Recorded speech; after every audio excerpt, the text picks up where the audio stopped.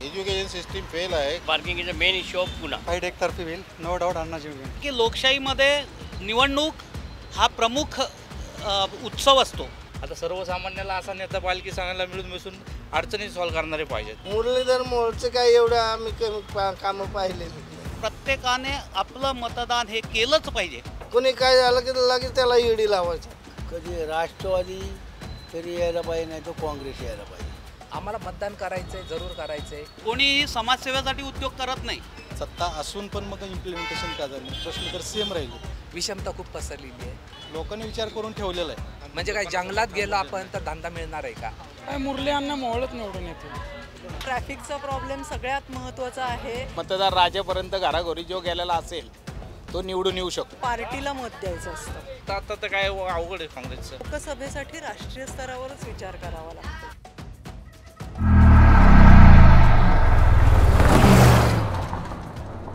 Post graduate degree कोर्सच्या माध्यमातून परिपूर्ण राजकीय नेतृत्व घडवणारं आणि प्राध्यापक राहुल कराड यांच्या संकल्पनेतून साकारलेलं भारतातील पहिलं institute MIT school of government presents जागर लोकशाहीचा. नमस्कार, मी Deepak Darade, for the people न्यूजमध्ये आपलं स्वागत आहे. MIT स्कूल ऑफ गव्हर्नमेंट प्रस्तुत जागर लोकशाहीचा हा आपला महाराष्ट्राचा दौरा आपण करत आहोत आणि वेगवेगळ्या लोकसभा मतदारसंघामध्ये तिथल्या मतदारांशी आपण संवाद साधतोय. तिथले विकासाचे जे प्रोजेक्ट आहेत, तिथले प्रश्न आहेत, समस्या आहेत किंवा त्या मतदारांच्या एकूण अपेक्षा काय आहेत हे सगळ्यात जाणून घेतोय. आज आपण पुणे लोकसभा मतदारसंघात आहोत आणि इथल्या काही नागरिकांशी मी बोलणार आहे. माझ्यासोबत काही नागरिक आहेत, आपण एक एक सगळ्यांशी बोलूयात. दादा नमस्कार, फॉर द पीपल न्यूजमध्ये स्वागत आहे. एकूण पुणे म्हटलं की बाकी काय फारशी ओळख करून देण्याची गरज लागत नाही, परंतु कुठंतरी पुणे आपलं राष्ट्रीय पटलावर जे स्थान पाहिजे ते कुठंतरी दिसत नाही. तुम्ही या पुण्याकडे कसं बघता? पुण्याचे कुठले विकासाचे प्रोजेक्ट जे आहेत ते इथं व्हायला पाहिजेत की जेणेकरून आपण जे सगळ्यात पुढं होतो ते आपलं स्थान कायम राहू शकेल? नमस्कार, माझं नाव मिलिंद पांडे. ॲक्च्युली पुण्याचं बघायला गेलं तर सगळ्यात पहिली गरज जी आहे ती आपली ट्रान्सपोर्टेशनची. ट्रान्सपोर्टेशनमुळे ट्रॅफिकचा प्रॉब्लेम आहे. ट्रॅफिक जॅम्स रोजच्या रोज होतात. तुम्हाला 20 किलोमीटर जायला 1.5-2 तास लागतात. तर सगळ्यात पहिला मुद्दा माझ्या मते त्यांनी पब्लिक ट्रान्सपोर्टेशन करायला पाहिजे. मग त्याच्यामध्ये आता मेट्रोची डेव्हलपमेंट चालू आहे. त्याचं जर जाळं वाढवलं आणि ते जाळं वाढवण्याचा त्यांनी वेग वाढवला, 2 वर्षामध्ये व्यवस्थित केलं तर बऱ्यापैकी डेव्हलपमेंट होऊ शकेल. दुसरी गोष्ट traffic management. Traffic management signals आहेत आपले, परंतु पुण्याचे नागरिक ठीक आहे, त्याच्यामुळे त्याचा जेवढा उपयोग करून घ्यायला पाहिजे सिग्नलचा म्हणा किंवा चलनचा तेवढा होत नाही. तर त्याच्यामध्ये पण काहीतरी आधुनिकता आणली पाहिजे, ऑटोमेशन आणलं पाहिजे. चलन जर वेळेवर सगळ्यांना लगेच गेले तर त्या दाखाने का होईना लोक ॲटलिस्ट पाळायला लागतील, कारण शेवटी पोलीस कितपत करणार. तर माझ्याप्रमाणे हे 2 मुद्दे अगदी ज्वलंत आहेत जे त्यांनी करायला पाहिजे. पुण्याला पुणे म्हटलं की एक आंतरराष्ट्रीय स्तरावरचं जे शहर आपण मानतो. आपली कॉम्पिटिशन आता काय आपली भारतातल्या शहरांबरोबर राहिलेली नाही आहे. तर त्या दृष्टिकोनातून IT हब म्हणून पुण्याला ओळखतात, एज्युकेशनचं हब म्हणून ओळखतात, ऑटोमोबाईल हब म्हणून ओळखतात, पण जे इन्फ्रास्ट्रक्चरची जी गोष्ट आहे ती कुठंतरी आपल्याला कमी पडते. मग पाणी असेल, रस्ते असेल, तुम्ही जो उल्लेख केला वाहतूक आहे, या सगळ्या गोष्टी याच्या संदर्भात तुमची अपेक्षा एक मतदार म्हणून काय असू शकते? माझ्या मते आता तुम्ही IT हबची गोष्ट केली. मी कोथरूडचा नागरिक, जे कोथरूडमधलं प्राईम रेजिडेन्शियल एरिया आहे आणि IT हब बघायला गेलं तर हिंजेवाडी आणि कराडी दोन्ही 20 ते 21 किलोमीटर ठीक आहे. तर त्याच्यामध्ये कम्युटेशन झालं. नंतर दोन्ही इथे बरेचसे रेजिडेन्शियल असल्यामुळे ITचे लोक येऊन राहतात. तर त्यांच्यासाठी प्रोजेक्ट्स म्हणजे बॅचलर असतात त्यांना घरं मिळत नाहीत. तर अशी काहीतरी सुविधा आली पाहिजे, जसं लेडीज हॉस्टेल काढता येईल, मुलांचं हॉस्टेल काढता येईल आणि त्या अनुषंगाने त्यांना सगळ्या सोयी दिल्या जातील, पाणी, राहण्याची व्यवस्था, AC वगैरे, कारण की सगळी ITवाले पब्लिक आहे. त्यांना जेवढं अत्याधुनिक राहण्याची व्यवस्था करून देता येईल तेवढा मला वाटतं कोथरूडचा जास्त विकास होईल. सैन्य आणि क्रीडा क्षेत्रात करिअर करायचे? नेताजी सुभाषचंद्र बोस सैनिकी निवासी शाळा पुणे. ॲडमिशनसाठी संपर्क 960 781 1662. तुम्हाला काय वाटतं दादा, तुम्ही कसं बघता या लोकसभा निवडणुकीकडे? नमस्कार, माझं नाव दिलीप पाटील. मी ऑटोमोबाईल रिलेटेड व्यवसायामध्ये आहे. आता पुण्याची खरी ओळख ऑटोमोबाईल हब म्हणून ही जगामध्ये होत आहे. होंडाई हा एकच कारखाना यायचा राहिला होता, तो पण आता तळेगावला येतो आहे. आता फक्त टोयॅटो आणि मारुती हे दोनच कारखाने आपल्या पुण्याला यायचे आहेत. बाकी सर्व मेजर ऑटोमोबाईल मॅन्युफॅक्चरर आपल्या पुण्यात आले. माझ्या व्यवसायानिमित्त मी जे रोज अडचणी बघतोय की पुण्यामध्ये कामगारांचं जे आवश्यकता आहे, कुशल कामगार, तेवढे कुशल कामगार आपल्या इथं नाही आहेत. त्यामुळं आम्हाला परराज्यातून आलेल्या कामगारावर अवलंबून राहतं आणि आपले यंग मुलं जी आहेत ती नोकऱ्या नाहीत म्हणून सरकारला किंवा समाजाला दोष देतात. तर त्यांना ऑटोमोबाईलच्या मार्गावर आणण्याकरता आपल्याकडं फक्त ITI अशी एकच संस्था आहे की जिथं लोकांना कुशल कामगार बनवण्याकरता करतात. आम्ही ITI मध्ये जेव्हा कॉन्टॅक्ट करतो तर तेव्हा तिथं ज्या सीट्स अवेलेबल आहेत त्या 100-200च्या पुढे नाही आहेत आणि ऑटोमोबाईलची जी रिक्वायरमेंट आहे मॅनपॉवरची ती प्रचंड आहे. मग आता त्यावेळेला काय करतात की आता एकीकडे रोजगार नाही असं म्हणतात आणि एकीकडे तुम्ही सांगताय प्रचंड requirement रिक्वायरमेंट आहे. कुशल कामगारांची रिक्वायरमेंट प्रचंड आहे आणि कुशल कामगार स्मॉल स्केल मीडियम स्केलला जास्त अडचण आहे. कारण काय होतं की ITI किंवा टेक्निकल इन्स्टिट्यूटमधनं जी कामगार मुलं असतात त्यांना टाटा मोटर, महिंद्रा किंवा ज्या OE मॅन्युफॅक्चर म्हणतात त्यांना, त्या सर्व कंपन्या डायरेक्ट रिक्रूट करतात. त्यांना 2 वर्ष 3 वर्षाचं अप्रेंटिसशिप देतात, म्हणजे ट्रेनिंग देतात, त्यांना ट्रेनिंग देतात. नाही कुठेतरी आपलं एज्युकेशन सिस्टीम फेल फेल होती आहे. एज्युकेशन सिस्टीम फेल आहे कम्पेअर टू आपण जर भारताबाहेर बघितलं त्याच्यामध्ये इंजिनिअरिंगचे जे कोर्स असतात तर ते सँडविच कोर्सेस असतात. म्हणजे तुम्ही 1 वर्ष समजा ऑफिसमध्ये कॉलेजमध्ये शिकलात तर 6 महिने तुम्ही इंडस्ट्रीमध्ये शिकता. जसं डॉक्टर्स असतात, डॉक्टर झाल्यानंतर त्यांना अप्रेंटिसशिप असतं. CA झाल्यानंतर त्यांना हे इंटर्नशिप करावं लागते. तसं इंजिनिअरिंगला नाही आहे. त्यामुळे इंजिनिअरिंग जे मुलं बाहेर येतात त्यांना प्रॅक्टिकल अनुभव जवळजवळ नसतोच. त्यामुळे त्यांची मार्केट व्हॅल्यू इतकी कमी होते आज की इंजिनिअरला हेल्परपेक्षा कमी पगार देऊनसुद्धा इंजिनियर यायला तयार होतात. कारण त्यांना फिजिकल काम करायचं नसतं आणि मेंटल काम करण्याकरता त्यांना अनुभव नसतो. आता मला सांगा की म्हणजे आपण फार महत्वाच्या मुद्द्याकडे तुम्ही लक्ष वेधलेलं आहे. स्किलमध्ये खूपच मागे आहे आपण. मीडियम स्केल आणि स्मॉल स्केलला जे स्किल लागतं ते स्किल 6 महिने वर्षभराचं जर ट्रेनिंग दिलं तर ती मुलं कुशल कामगार होऊ शकतात.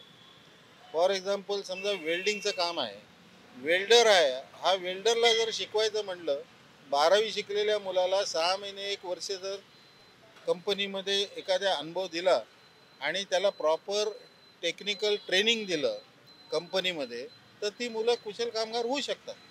स्किल इंडियावरती फार प्रकाश टाकला त्यांनी चांगला.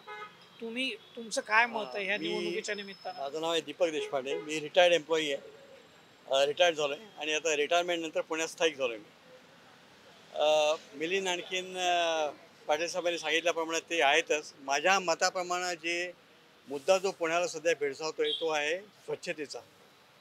की कचरा मॅनेजमेंट म्हणा किंवा क्लीनलीनेस ओव्हरऑल म्हणा किंवा फुटपाथचे जे काही क्वालिटी आहे, सकाळी जाताना खाली बघून जायला लागतं कारण आपण कुठं ठेस लागेल कुठं पडतो हे आपल्याला माहीत नसतं. त्यामुळं ह्या इंटरनॅशनल टाईपचं जे आपल्याला जर पूर्ण जर आपल्याला करायचं असेल, स्मार्ट सिटीमध्ये आपण कमी पडलोय म्हणायचं. कमी पडलोय असं नाही आहे, ते करतात चालतात पण लागलीच त्याची क्वालिटी नाही. एखादा रस्ता चांगला झाल्यानंतर ताबडतोब दुसऱ्या महिन्यात ते खणलं जातं. याचाच अर्थ क्वालिटी नाही, मेंटेनन्स नाही आहे. मग माझ्याप्रमाणे म्हणजे स्वच्छता हा एक मुद्दा आहे की ज्या ठिकाणी आपल्या सगळ्यांना लक्ष घालायला लागेल. तुमचं काय मत आहे? म्हणजे आता एका गृहस्थांनी एका नागरिकांनी सांगितलं की बाबा रोजगार आणि स्किल फार महत्वाचं. दुसरे सांगतात स्वच्छता आणि जे इन्फ्रास्ट्रक्चर आहे पुण्यातलं त्याची क्वालिटी कन्सर्न आहे. तुमचं काय? माझं नाव चेतन कनकिया शहा. मी रिअल इस्टेट फील्डमध्ये गेले 35 वर्ष काम करतो. तर आता डिफरन्स जो बघायला गेला इन रिअल इस्टेट फील्डमध्ये किंवा पुण्याच्या डेव्हलपमेंटमध्ये म्हणा किंवा पुण्याच्या आउटकट्समध्ये म्हणा, की आता फॉर एक्झाम्पल जसं मिस्टर पांडेंनी सांगितलं की IT हब, यांनी सांगितलं इंडस्ट्रियल हब, तर त्या हिशोबाने जेवढं प्रमाणात पुन्हा विदिन फास्ट डेव्हलपमेंट झालं आफ्टर मेनली कोविड, म्हणजे इन्फ्रास्ट्रक्चर इतकं प्रमाणात बिल्डिंगचं कन्स्ट्रक्शन होतं आहे, पण तेवढं इन्फ्रास्ट्रक्चर डेव्हलप होत नाही आहे.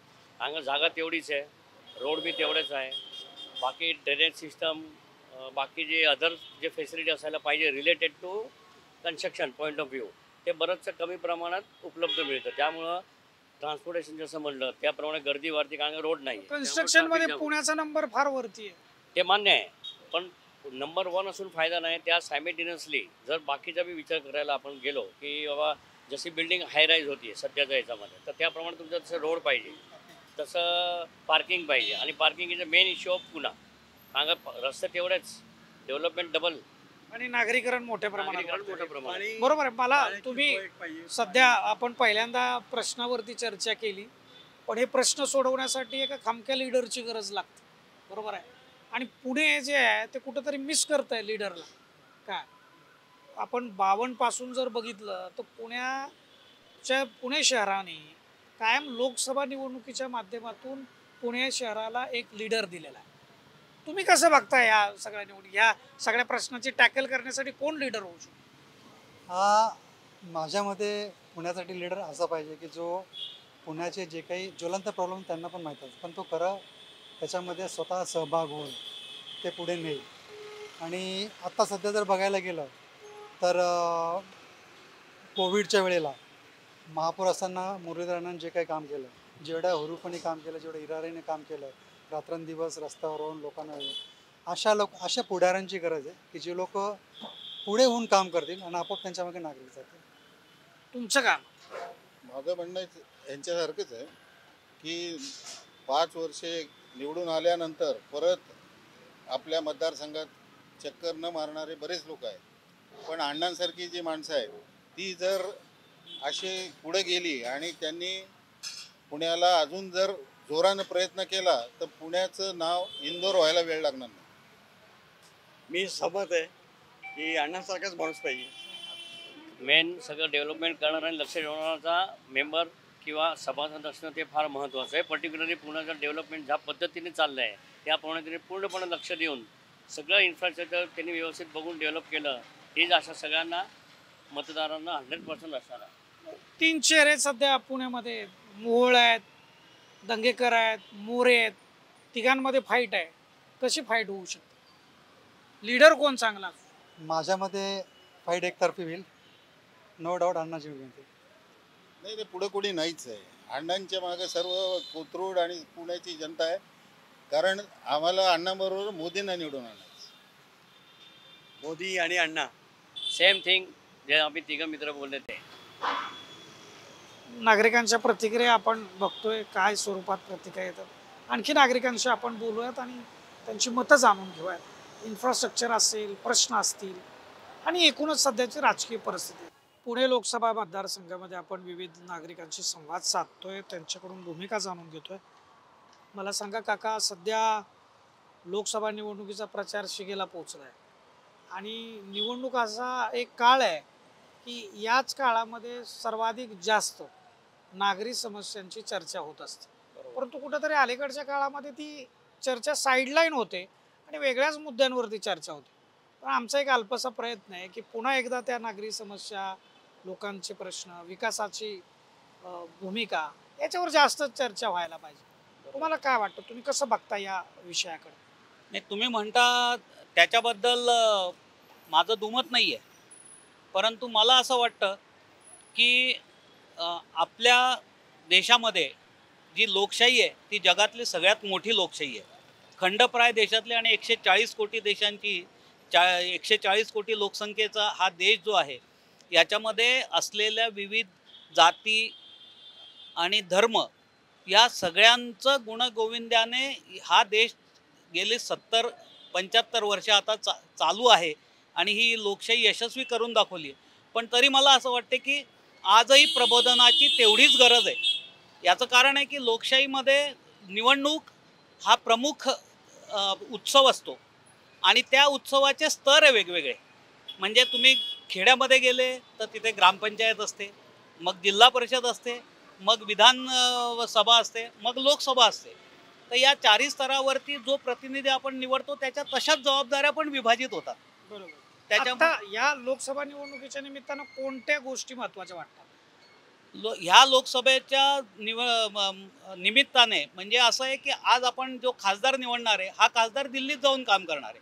म्हणजे केंद्र सरकारचं जे धोरण आहे त्या संबंधित आपला खासदार हा किती जागरूक आहे किंवा त्याच्या जबाबदाऱ्या त्याला किती माहिती आहे. तर त्या जबाबदाऱ्या जर आपण घेतलं तर त्याच्यामध्ये शेतकरी हा प्रमुख घटक आहे, कारण शेतीप्रधान देश आहे. त्याच्यामुळे शेतीचं कल्याण, शेतकऱ्याचं कल्याण हा एक मुद्दा असला पाहिजे. दुसरा मुद्दा जो आहे तो म्हणजे बेरोजगारांचा, म्हणजे उद्योग वाढीचा. कारण उद्योग वाढले तरच रोजगारी निर्माण होणार आहे आणि तरच बेरोजगारीवर तुम्हाला मात करता येणार आहे. तिसरा मुद्दा जो आहे तो संरक्षणाचा आहे. संरक्षणाचा मुद्दा 2 स्तरावर आहे. एक देशाबाहेर जे शत्रूचं आपल्याला आव्हान असते त्याच्यावरती. दुसरा म्हणजे अंतर्गत की कायदा आणि सुव्यवस्था जी आहे की इतके विविध पंथ, विविध धर्म यानुसार जी लोकांना संरक्षण मिळायला पाहिजे आणि ते त्यांचा जो काही जीवन आहे ते सुख शांती समाधानाने आणि अगदी कुठल्याही भीतीच्या सावटाखाली न राहता जगता आलं पाहिजे. आता आपण मतदान करणं हा जो आपला अधिकार आहे तो कुठंतरी अनेक मतदार बजावत नाही आहेत असं आपल्याला दिसतं. तुम्ही काय सांगाल याविषयी? हां, आता याच्यासाठी तुम्ही आत्ता भेटले, परंतु हे काम आम्ही गेले अनेक वर्ष करतोय. कारण प्रबोधन मंच ही राष्ट्रीय स्वयंसेवक संघाची एक निवडणूक आयोगाने मान्यता दिलेली संस्था आहे की जी पक्षविरहित फक्त मतदारांचं प्रबोधन करण्यासाठी काम करते. आणि ह्या प्रबोधन मंचाचा जो पहिला हे आहे प्रयत्न तो म्हणजे आधी लोकांना 100% मतदानासाठी प्रवृत्त करायचं, त्यांना त्यांच्या मतदानाचा अधिकार आहे त्याचं महत्त्व जाणवून द्यायचं आणि ते तुमचं एक मत काय बदल घडवू शकतं किंवा समजा तुम्ही केलं नाही तर काय अरिष्ट होऊ शकते याची जाणीव त्यांना करून देण्याचं काम हा मतदार प्रबोधन मंच हा करत असतो. आणि त्यामुळे प्रत्येकाने आपलं मतदान हे केलंच पाहिजे. नोटासुद्धा वापरू नये, कारण नोटा वापरणं म्हणजे एक प्रकारे तुम्ही निष्क्रिय राहणं किंवा तटस्थ राहणं होतं. कोणत्याही जर प्रश्न सोडवायचा असेल तर तटस्थता ही काही कामाला येत नाही. तुम्हाला कोणता तरी पक्ष घेतला पाहिजे. ह्या निवडणुकीमध्ये कोणते घटक आहेत की ते परिणामकारक ठरणार आहेत? सध्या महाराष्ट्रामध्ये राजकीय स्थिती फार खिचडी झाल्याचं दिसतं, त्याविषयी लोकांमध्ये थोडीशी नाराजी दिसते. तुम्ही शेतकऱ्यांचा विषय केला, शेतकऱ्यांच्या शेतमालाला भाव मिळत नाही त्यामुळे ते थोडेसे नाराज दिसतात. महागाईचा विषय बोलला जातो, विकासाचे प्रोजेक्ट त्याविषयी लोक भिन्न मत आहेत.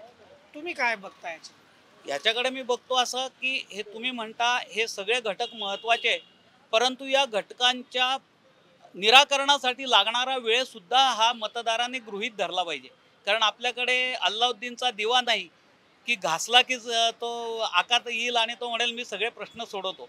त्यामुळे जसं प्रसूती होण्याच्या आधी 9 महिने ही प्रेग्नन्सी असते आणि त्याच्यानंतर मग त्या बालकाचा जन्म होतो, तसं प्रत्येक समस्येसाठी त्याचा एक कार्यकाल जो आहे तो आवश्यक आणि तेवढा दिला पाहिजे. मतदारांची ती मानसिकता असली पाहिजे की आपल्या इथे बेरोजगारांना आपल्या सेवेच्या माध्यमातून त्यांना उत्पन्न मिळवण्याची संधी मिळाली पाहिजे. शेतकऱ्यांना त्यांच्या म्हणजे खर्चावर आधारित जो भाव आहे त्यांच्या उत्पादनाला, शेतकी उत्पादनाला तो मिळाला पाहिजे.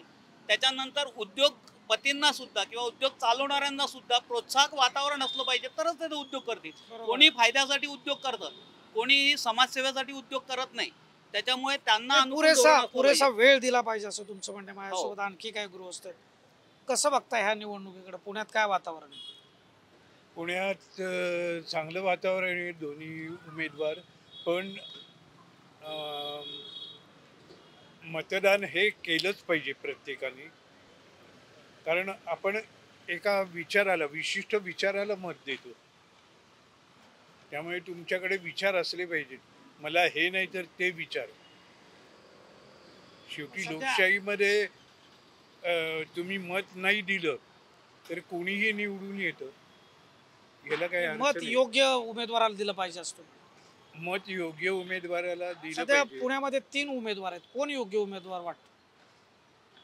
असं काही मी सांगू शकत नाही. मला जे वाटेल, चांगला वाटेल, ज्याची विचारसरणी मला चांगली वाटेल, माझ्या जवळची वाटेल, अशा उमेदवारालाच मी मत देईल.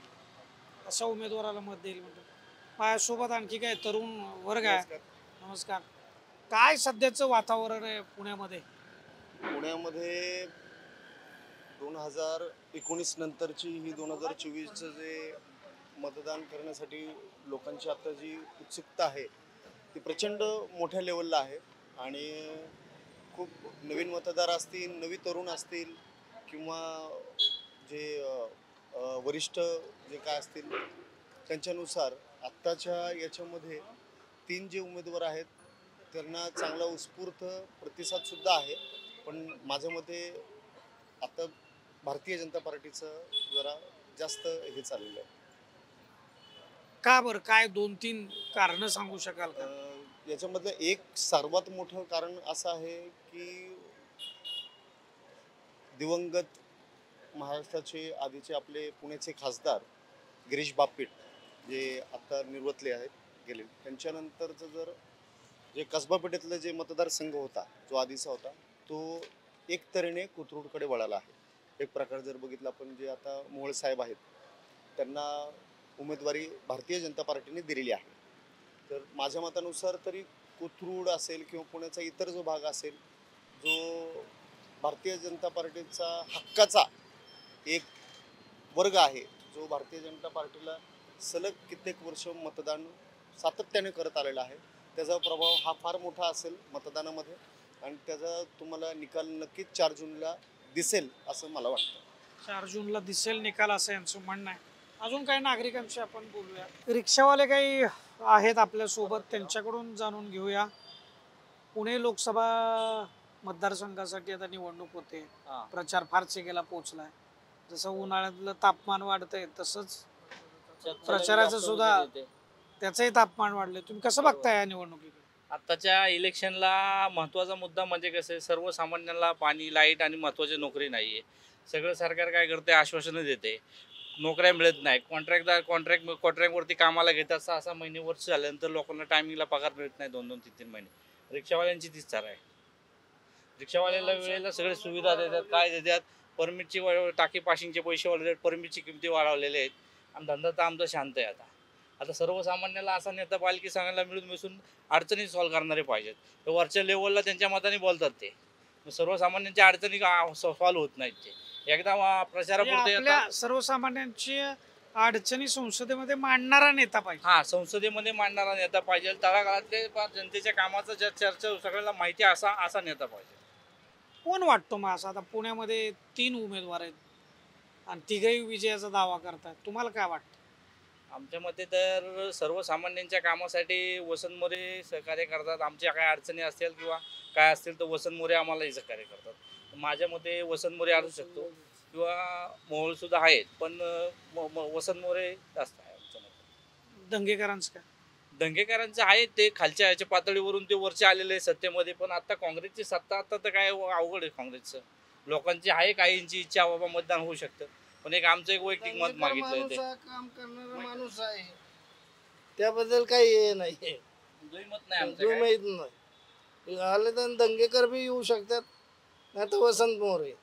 बरं. आणि मग मुरलीधर मोहोळ? मुरलीधर मोहोळचं काय एवढं आम्ही कामं पाहिलेली नाही.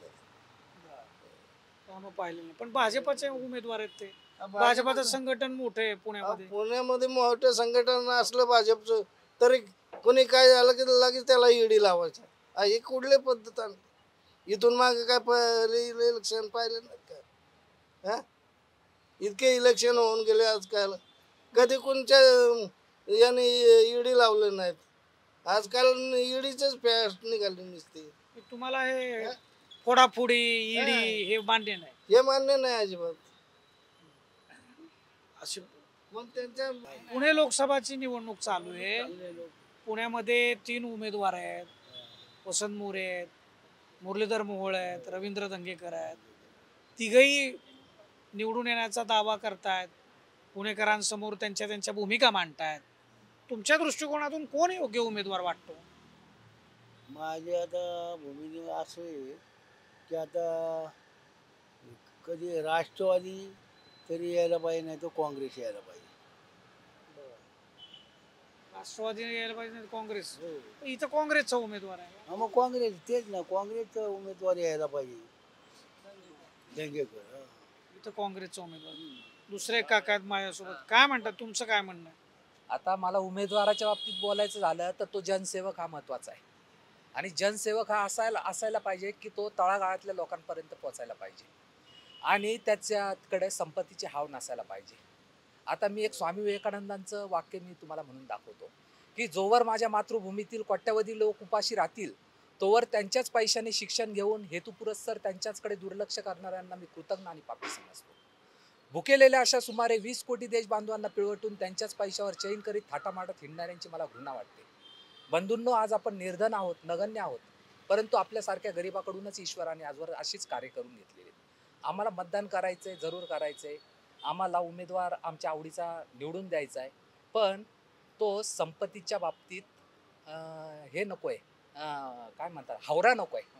काय की त्यांनी काय करायला पाहिजे की मी जे काय करणार आहे ते महात्मा गांधी सारखं अक्षरशः माझ्या अंगावर कपडा नसला तरी चालेल, पण मी जनतेसाठीच झटणार. माझी सगळी संपत्ती जनतेला दान करून देणार. जनतेसाठी झटणारा पाहिजे. आता जनतेसाठी झटणारा, जनतेचे प्रश्न काय आहेत सध्या, आपली चर्चा झाली पाहिजे. जनतेचे प्रमुख मुद्दे काय आहेत. आता लोकसभेची निवडणूक आहे, ही राष्ट्रीय स्तरावरची निवडणूक असते. आपण गल्लीबळातले प्रश्न सांगून तिथं तर काय उपयोग नाही. तुम्हाला काय वाटतं, म्हणजे एक राष्ट्रीय स्तरावरचे प्रश्न, तुम्ही आता बऱ्यापैकी एवढं वाचन आहे तुमचं. विषमता ही नष्ट व्हायला पाहिजे. विषमता खूप पसरलेली आहे. आजकाल बेकारीचा मुद्दा उपस्थित होतोय. काय लोकांना इच्छा आहे काम करायची, कामधंदा करायची, रोजगार मिळत नाही. कुठं कामधंदा करायला बसलं तर कॉर्पोरेशनचे येतात लोक, गाडी उचलून नेतात. रिक्षाला पॅसेंजर मिळवण्यासाठी चौकात थांबला तर इथं चौकात गर्दी करू का थांबला. म्हणजे काय जंगलात गेलो आपण तर धंदा मिळणार आहे का? ह्या सगळ्याच नियोजन पाहिजे, नियोजन व्यवस्थित पाहिजे. नियोजन हा अगदी महत्वाचा मुद्दा आहे. नियोजनबद्ध शहर म्हणजे स्मार्ट सिटी. स्मार्ट सिटीचा विषय कसा वाटतो तुम्हाला? आता हे बघा, तुम्ही जे बोलताय ते सगळं स्मार्ट सिटीचं बोलता. हो, नियोजन स्मार्ट सिटी म्हणजे विषमता नष्ट व्हायला पाहिजे. हो, विषमता जर का नष्ट झाली तर सगळं स्मार्टच होणार ना. सगळ्यांच्या मनामध्ये विचार सक्रियच राहणार आहेत, कोणी दुःखी राहणार नाही असं म्हणायचंय. स्मार्ट ह्याचा अर्थ आहे ना, स्मार्ट ह्याचा अर्थ मला दुःखी हा शब्द नकोच आहे. दुःखी कोणी राहायला नाही पाहिजे. सगळे बलवान व्हायला पाहिजेत आर्थिकदृष्ट्या आणि सगळ्यांना चांगल्या सुधारणा दिसायला पाहिजेत आणि आपल्या घरातल्याही सुधारणा चांगल्या पाहिजेत. आम्ही कोणतं सरकार तुम्हाला देऊ शकतो? कोण नेता हो इथला पुण्याचा खासदार कोण हो? नेत्याच्या बाबतीत मला तेच म्हणायचं आहे की त्यांनी जे काय कमवलेलं आहे ते स्वतःसाठी न कमवता त्यांनी जनतेसाठी कमवलं. बरोबर आहे तुमचं. विषमता नष्ट करण्यासाठीच प्रयत्न करा. लक्षात आलं ते. पण आता ह्या 3 उमेदवारांपैकी मग कोण आहे असा याच्यात तुमच्या व्याख्येमध्ये काम करणारा? माझ्या तर मते असं आहे की ईश्वराने त्यांना चांगली सद्बुद्धी द्यावी आणि कोणी निवडून आलं तर त्यांनी जनतेसाठीच काम चांगलं करायला पाहिजे, विषमता नष्ट करण्यासाठी. तुम्ही डिप्लोमॅटिक आन्सर देताय, पण ठीक आहे, काय हरकत नाही. तुमच्या विचारांशी म्हणजे आता ते आम्ही प्रसारित करणारच आहे. तुमची जी मतं आहे, तुमची जी भूमिका आहे ते आम्ही दाखवणार आहे. अशा रिक्षावाला घटक असा आहे की यांच्याकडे पॅसेंजर खूप येतात, यांचे डिस्कशन होतात, त्याच्यामधून यांना अंडरकरंट लक्षात येतो. ही सगळी जी भूमिका आहे ही त्याच्यातून फार महत्त्वाची वाटते. पुणे लोकसभा मतदारसंघात आपण मंडईमध्ये आलेलो आहे. काही नागरिक आहेत इथं खरेदी करतात. दादा नमस्कार, कशा आहात? मजेत आहे एकदम. सध्या पुणे लोकसभा निवडणूक सुरू आहे, काय वातावरण आहे सध्या? वातावरण सध्या मिक्स आहे. मिक्स आहे. पुण्याचे काय प्रश्न आहेत तुम्हाला असं वाटतं? कारण निवडणुकीचाच काळ असतो की जिथं प्रश्नांची चर्चा होऊ शकते. अदरवाईज इतर वेळी चर्चा फार होत नाही. पण जर पुण्याचा विकास करायचा असेल तर कुठल्या गोष्टींवर लक्ष द्यायला पाहिजे प्राधान्यक्रमाने? पहिलं आहे बेरोजगारी. तरुणांची संख्या जास्त आहे. तरुणांचं शहर शिक्षणाचं माहेरघर म्हणतो, पण त्या प्रमाणात रोजगार तयार होतोय का? दुसरी गोष्ट आरोग्य.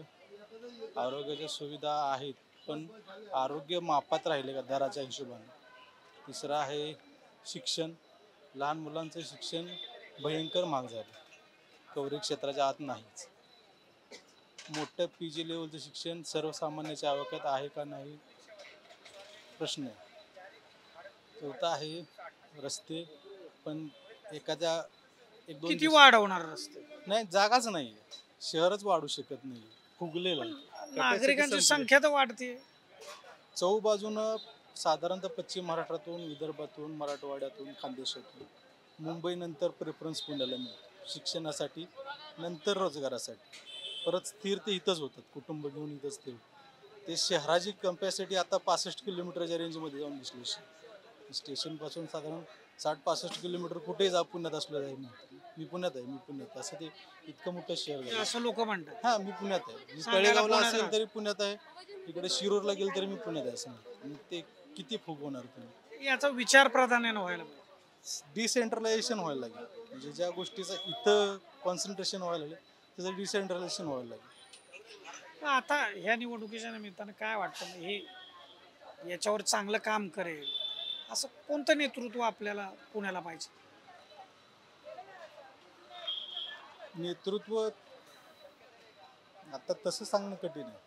कारण काही जण आता काँग्रेसचा बाजू मॅनिफेस्टो पाहिला तर ते बेरोजगारी वगैरे हे सगळे मुद्दे घेतात. पण सत्ता शेवटी ते येण्यासाठी सत्ता आहे. BJPचा मॅनिफेस्टो घेतला आणि सत्ता आहे, पण मग इम्प्लिमेंटेशन का होत नाही?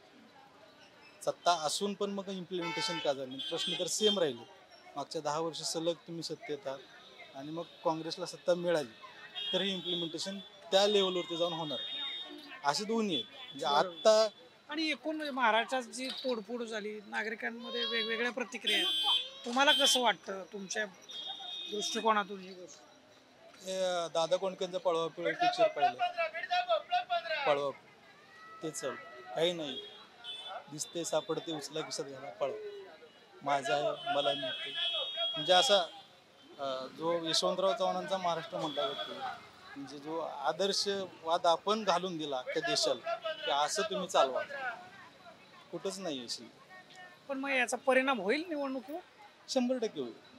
लोक विचार करतील याचा? लोकांनी विचार करून ठेवलेला आहे.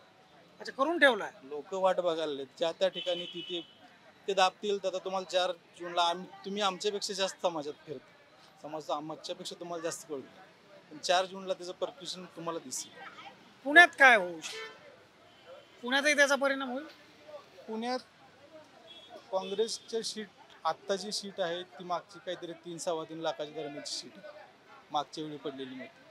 आणि निवडून आलेल्या उमेदवाराच्या तर पडलेले उमेदवार म्हणजे मागे राहिलेले उमेदवार साधारण 3 लाखाचा फरक आहे. ती 3 लाख मताचा जो मधला गॅप आहे, तो कुणाकडे फिरेल तो विनर. एकदम क्लिअर आहे. ती मतं तर कुणाचीच पळणार नाही. जी काँग्रेसची 3 लाख मतं आहेत ती सुद्धा हलणार नाही. BJPला जी 5-6 लाख मतं म्हणजे 2014 जे डायव्हर्जन झालं ते रिटेन त्यांनी तसंच ठेवलं. मग ते जे डायव्हर्जन त्यांनी करून शकली आणि तो 3 लाखाचा जो मार्जिन 2019ला तसंच रिटेन करू शकतो. तो 3 लाखाचा जो मधला गॅप आहे तो कुणाकडे जाईल तो विन होणार. Simple calculation. फार सुंदर पद्धतीने मांडणी केली आणि त्यातली त्या दादा कोंडकेच्या पळवापळवीचं तुम्ही उदाहरण दिले. समर्पक आहे.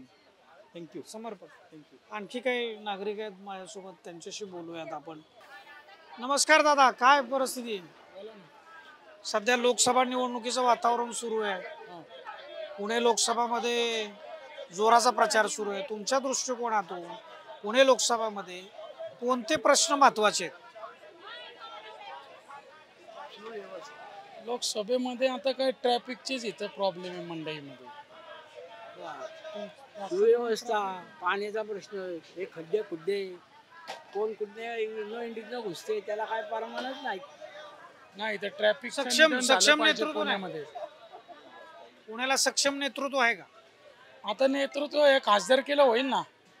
कोण होईल मग? काय मुरली अण्णा मोहोळच निवडून येतील. काय काय परिस्थिती सध्या? ते निवडून आल्यावरती करतील जरा ट्रॅफिकची व्यवस्था वगैरे सगळं, सुखसोयी, रस्ते, लाईट, पाणी, सुखसुविधा निर्माण करतील असं दादांचं म्हणणं आहे. पुणे लोकसभा निवडणुकीच्या निमित्तानं मतदारांची भूमिका जाणून घेण्याचा आमचा एक जागर लोकशाहीचा उपक्रम आहे. तर तुम्हाला काय वाटतं पुण्यामध्ये कोणत्या सुविधा ह्या जास्त प्रमाणात व्हायला पाहिजेत? सुविधांपेक्षा पुण्यामध्ये मला असं वाटतं की ट्रॅफिकचा प्रॉब्लेम सगळ्यात महत्त्वाचा आहे. त्यामुळे जे कोणी असतील, निवडून येणारे असतील, त्यांनी पोलिसांना कामाला लावा. एवढी एकच माझी आहे. पोलीस कामाला लागले तर वाहतूक सुरळीत होईल असं मला वाटतं. पण बऱ्याचदा तर लोकच ट्रॅफिकचे रूल पाळत नाही. लोकांना समजावण्याचं काम कोणाचं आहे? तशा तर सगळ्याच गोष्टी लोकांनीच करायला पाहिजेत खरं तर. पण लोक करत नाहीत, हाच मेन प्रॉब्लेम आहे ना. मग त्याच्यासाठीच तर आपण उमेदवार निवडून देताना नुसत्या समस्या सांगून काही उपयोग नाहीये ना. तुम्हाला काय वाटतं कुठला उमेदवार, आता पुण्यामध्ये 3 उमेदवार आहेत, एक भाजपचे मोहोळ आहेत, काँग्रेसचे दंगेकर आहेत आणि वंचित बहुजन आघाडीचे वसंत मोरे आहेत, यातले कोण उमेदवार सक्षम वाटतो? हे सगळे तुम्ही जे प्रॉब्लेम सांगताय त्याला एक चांगलं सोल्युशन देतील. मी तुम्हाला सांगू का, लोकसभेचं जेव्हा मतदान असतं ना, तेव्हा मी विचार करते तो इथला नुसता उमेदवाराचा नाही उपयोग होत काही. तेव्हा मला असं वाटतं की याच्यासाठी म्हणून पार्टीला मत द्यायचं असतं. लोकसभेला जेव्हा नगरसेवकांच्या निवडणुकीच्या वेळी तुम्ही मला हे विचाराल, तेव्हा मी यातला कुठला उमेदवार ते विदाऊट पक्ष मी सांगेन. पण आत्ताच्या ह्याच्यामध्ये मला असं वाटतं की मी म्हणेन BJPला देईन, जो कोणी BJPचा असेल ते. म्हणजे मोहोळ काही माझ्या मतदारसंघाचे नाही आहेत, मग ते कोथरूडमध्ये हे काम करणार आहेत. मी राहायला एअरपोर्टच्या इकडे, पण तरी सुद्धा मी आत्ता पार्टी म्हणून मत देईन. आत्ता देताना मी कुठला उमेदवार म्हणून नाही देणार. याचं कारण आहे राष्ट्रीय स्तरावर तुम्ही विचार राष्ट्रीय करता, स्तरावर, लोकसभेसाठी राष्ट्रीय स्तरावरच विचार करावा लागतो. लोकांना काय सांगाल? आता तुम्ही फार महत्वाचा मुद्दा बोलले आहात, उपस्थित केलेला आहे, आणि हाच आमचा प्रयत्न आहे की लोकांनी जागरूक व्हायला पाहिजे, त्यांचं मतदान केलं पाहिजे. 100% सगळ्या लोकांनी जाऊन मतदान हे केलंच पाहिजे. कसं असतं ना, आपण आपले जी कर्तव्य आहेत ती पार पाडत नाही, पण समोरच्या माणसाकडून हक्कासाठी लढायला आणि मग त्यांनी आमच्यासाठी केलं पाहिजे. तुम्हाला 5 वर्षातनं एकदा संधी मिळते, तर त्या संधीचं तुम्ही कर्तव्य म्हणून आणि आपली जबाबदारी म्हणून ते केलंच पाहिजे. त्यामुळे मतदान 100% खरं तर व्हायला पाहिजे. ऊन आहे म्हणून आपण फिरण्याचं थांबत नाही. कामधंदे असले तरी सुद्धा आपण आपल्या सोयीसाठी, आपल्या मजेसाठी वेळ काढतोच. मग मतदानाला जाऊन तिथे लाईनीत उभं राहायला लागलं जरी समजा, तरी दिवसभराचा वेळ आहे. त्यामुळे जाऊन त्यांनी मतदान करायला पाहिजे. मतदान करायला पाहिजे. अतिशय चांगला मुद्दा तुम्ही उपस्थित केला. मंडईमधले काही विक्रेते आहेत त्यांच्यासोबत बोलूयात आपण. दादा, सध्या लोकसभा निवडणूक सुरू आहे, काय स्वरूपाचं वातावरण पुण्यामध्ये तुम्हाला बघायला मिळतंय? वातावरण कमळसाठी फॉर दिसतंय. कमळसाठी फॉर दिसतंय 100%. काय कारण आहेत? कारण म्हणजे ही केंद्रीय निवडणूक असल्यामुळं केंद्रात काय कामं केली त्याच्यावरती ठरतं. इथले स्थानिक नेते चांगले आहेत, पण केंद्रात जे वारं आहे मोदीचं, तिसऱ्यांदा 400 सीटं येतील. तिसऱ्यांदा 400 सीटं येतील. तुमचं काय मत? कसं आहे, ते राम मंदिर वगैरे त्यांनी बनवले नाही का, तर मोदींनी त्याच्यात सहभाग मोठा घेतला त्यांचा, आणि त्यांच्या प्रयत्नांनी ते झालेले नाही का. त्या कारणानिमित्त म्हणजे कसं आहे, कमळाचं चिन्ह हे दिसते. आता इथं पुणे शहरामध्ये काय आहे ते सांगू शकत नाही. जो मतदार राजापर्यंत घराघरी जो गेलेला असेल तो निवडून येऊ शकतो नाही का. म्हणजे इतरांचं प्रत्येकाचं हे येईन ते येईन, पण असं काय सांगता येत नाही. पण ज्याला आहे मतदार राजा तो येऊ शकतो. MIT स्कूल ऑफ गव्हर्नमेंट प्रस्तुत जागर लोकशाहीचा हा फॉर द पीपल न्यूजचा आपला महाराष्ट्र दौरा सुरू आहे, आणि या दौऱ्यामध्ये आज आपण पुणे लोकसभा मतदारसंघात वेगवेगळ्या भागात जाऊन तिथल्या नागरिकांच्या भूमिका, त्यांची मतं जाणून घेण्याचा एक छोटासा प्रयत्न केला. आपण ज्यावेळी त्यांच्याशी बोललो त्यावेळेस असं लक्षात येत आहे की इथं जे आहे हे पुण्यामध्ये गेल्या दोन्ही निवडणुकीमध्ये जे काही लीड भाजपला मिळालेलं आहे, तेवढं लीड या निवडणुकीमध्ये मिळेल का, असा एक प्रश्न या निमित्तानं उपस्थित होतो. कारण कुठंतरी सरकारच्या विरोधामध्ये कामगार वर्ग असेल आणि किंवा छोटा मध्यम वर्ग असेल, गरीब कष्टकरी वर्ग असेल, याच्यामध्ये कुठंतरी एक विरोध आपल्याला बघायला मिळतो. परंतु त्यामुळं भारतीय जनता पक्षाला जे काही लीड मिळालं होतं 3 लाखाच्या वरती 2 निवडणूक, ते तेवढं लीड मिळेल का या संदर्भामध्ये शंका वाटते. परंतु जे वातावरण आहे ते भारतीय जनता पक्ष असेल, काँग्रेस असेल किंवा वंचित बहुजन आघाडी असेल, या तिघांची तुलना केली तर या ठिकाणी सध्याच्या घडीला तरी भारतीय जनता पक्ष थोडा आघाडीवर आहे असं चित्र या ठिकाणी जाणवत आहे. आपण असेच दौरा आपला पुढं जाणार आहे, पुढच्या लोकसभा मतदारसंघामध्ये जाणार आहे आणि त्या ठिकाणी सुद्धा आपण अशीच मतदारांची भूमिका, त्यांची मतं, त्यांच्या समस्या जाणून घेणार आहे आणि त्या तुमच्यापर्यंत आम्ही घेऊन येणार आहे. त्यामुळं फॉर द पीपल न्यूज चॅनलला आपण फेसबुक, यूट्यूब आणि इंस्टाग्रामवर आपण सबस्क्राईब करा, लाईक करा, फॉलो करा. कॅमेरामन रोहित वनकटेसह मी Deepak Darade, for the people news, Pune Lok Sabha मतदारसंघ.